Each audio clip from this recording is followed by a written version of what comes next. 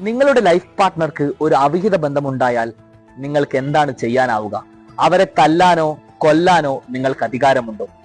കൊല്ലത്തു നിന്നും വന്ന വാർത്ത ഏറെ നടുക്കുന്നതാണ്. ഭർത്താവ് ഭാര്യയെ അവിഹിത ബന്ധം ആരോപിച്ച് കാറിൽ തീ കൊളുത്തി കൊലപ്പെടുത്തുകയാണ്.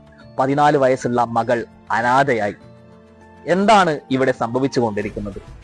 നിങ്ങൾക്ക് നിങ്ങളുടെ ലൈഫ് പാർട്ട്ണർ വേറൊരു ആളുമായി അവിഹിത ബന്ധമുണ്ടെന്ന് നിങ്ങൾ മനസ്സിലാക്കുകയാണെങ്കിൽ അത് നിങ്ങളുടെ ഭാര്യയോ ഭർത്താവുമാകട്ടെ, അവരോട് നിങ്ങൾക്ക് സംസാരിക്കാം. നിങ്ങൾ സംസാരിച്ച് അവരെ നിങ്ങളുടെ ലൈഫിലേക്ക് തിരിച്ചു കൊണ്ടുവരാൻ നിങ്ങൾക്ക് 1, 2, 3 തവണ ശ്രമിക്കാം. എന്നിട്ടും അവർ അവരുടെ അവിഹിത ബന്ധവുമായി തുടരുകയാണെങ്കിൽ അവരെ പോകാൻ അനുവദിക്കൂ. നിങ്ങൾക്ക് തിരിച്ച് നിങ്ങളുടെ മറ്റൊരു ജീവിതമുണ്ട്. നിങ്ങളുടെ മക്കളുണ്ടെങ്കിൽ ആ മക്കളുടെ ജീവിതവും നിങ്ങൾക്ക് നോക്കാവുന്നതാണ്.